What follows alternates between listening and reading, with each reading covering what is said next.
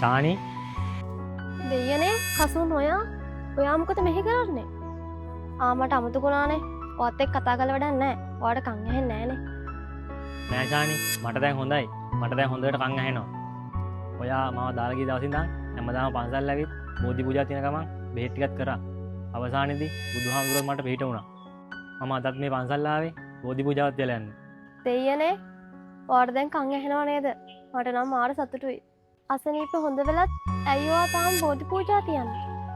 නෑ ශානි ඔයා මාව දාලා ගියාට පස්සේ මාව තේරුම් ගන්න හොඳ කෙනෙක් මට හම්බුණා. එයාට පින් සිද්ධ වෙන්න තමයි අද මගේ කන් දෙක ඇත්තටම ඇහෙන්නේ.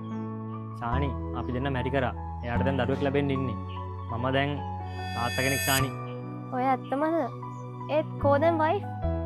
දරුවා ලැබෙන්න දින ළඟයි. එයාට දැන් පන්සල් එන්න අමාරුයි ශානි. ඒ නිසා මේ දවස් ටිකේ මම තනියම බෝධි පූජාව තියනවා. මං ඔයාලට හදවතින්ම සුබ පතනවා කසුන්. ඒක නෙමෙයි ශානි.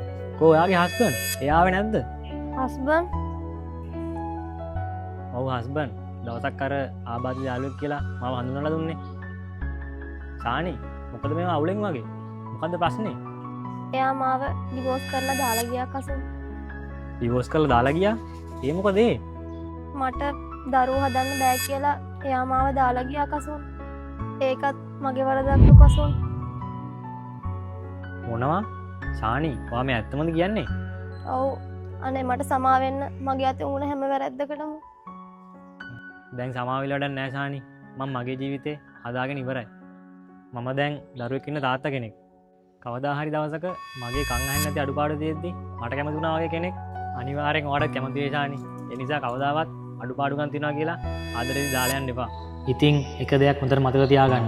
ආබාධිත බව තියෙන්නේ ශරීරයේ නෙවෙයි අනුන්ගේ හදවතත් තේරුම් ගැනීමට නොහැකි මනස තුලයි. ප්‍රතික්ෂේප කරන්නට පෙර සිතන්න ඔබේ එක රළු වචනයක් තවත් හදවතක සදාකාලික නිහඬතාවයක් විය හැකියි. වීඩියෝ එක වටිනවා නම් තව කෙනෙක්ට බලන්න ෂෙයා කරන්න.